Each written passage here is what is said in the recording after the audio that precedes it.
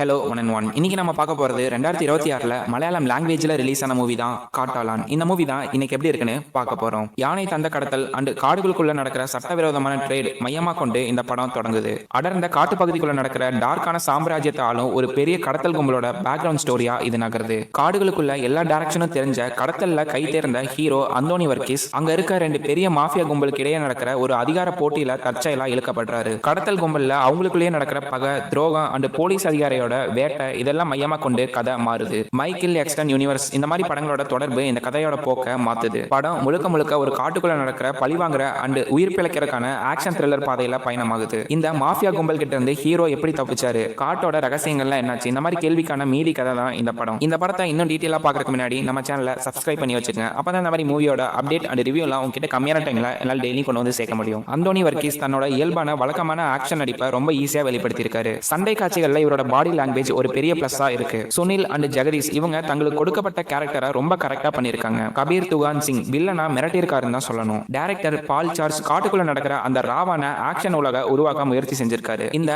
மாஃபியாக்களோட world எப்படி இருக்குன்னு ரொம்ப கரெக்டா காமிச்சிருக்காரு. படத்தோட mid credit and post credit காட்சிகள்ல மார்க்கோ அண்ட் மிகைல் படத்தோட யூனிவர்ஸ் இணையும் போது ரொம்ப சுவாரஸ்யமா இருந்துச்சு. கேச்சே கம்பாக்டி இவரோட சண்டை காட்சியோட வடிவமைப்பு ரொம்ப யதார்த்தமா இருந்துச்சு. சிஜிஐ எதுவும் பெருசா பண்ணாமலையும் அந்த ரத்தமும் சதையுமான வர காட்சி ரொம்ப நல்லாவே உருவாக்கப்பட்டிருந்துச்சு. சினிமோட்டோகிராஃபி 8Kல அந்த காட்டோட அழகையும் அதே சமயம் பயங்கரமான அழகையும் கரெக்டா காமிச்சிருக்காங்க. ரபி பஸ்ரூர், அஜ்னீஸ் லோக்நாத் அண்ட் நிகால் சாதிக் இவங்களோட பிஜிஎம் படத்துக்கு ரொம்ப பெரிய பிளஸ்ஸா இருந்துச்சு. ப்ரொடக்ஷன் பார்க்கும்போது கியூப் என்டர்டைன்மெண்ட்ஸோட ப்ரொடக்ஷன் ரொம்ப குவாலிட்டியா இருந்துச்சு. அந்த காட்டோட சத்தம் அதே சமயம் டெக்னிக்கல் ஒர்க்லாம் ரொம்ப கரெக்டா பண்ணிருந்தாங்க. படத்தோட ஃபர்ஸ்ட் ஹாஃப்ல பல சீன்ஸ் அங்கேயே நின்ன மாதிரி இருந்துச்சு. இதனால கதை நகராம ஒரே இடத்துல இருந்த மாதிரி எனக்கு ஒரு ஃபீல் ஏற்பட்டுச்சு. துஷாரா விஜயன் இந்த மாதிரி பெரிய ஆக்டருக்கு ஒரு கம்மியான சீன்ஸே கொடுக்கப்பட்டிருந்துச்சு. ஒரு டெப்தான கேரக்டரா இவங்களுக்கு கொடுக்கப்படல. ஒரு கடத்தல் கும்பலோ இல்ல மாஃபியா கும்பலோ பல கதைகள் எப்படி இருக்குமோ அதே மாதிரி தான் துரோகங்களும் பழிவாங்கிற எண்ணங்களும் இருந்துச்சு. இதனால ரொம்ப ஈஸியா அடுத்தடுத்த சீன்ஸ் கண்டுபிடிக்கிற மாதிரியும் வச்சிருந்தாங்க. படம் முழுக்க முழுக்க வன்முறை அண்ட் ஆக்ஷன் காட்சிகளுக்கு முக்கியத்துவம் கொடுத்ததுனால கதாபாத்திரங்களுக்கு தேவையான அந்த எமோஷனல் ஃபீலிங்கை கொடுக்காம விட்டுட்டாங்க. படம் ரத்தம் தெரிக்கிற மாதிரி ரொம்ப ராவா இருக்கிறதுனால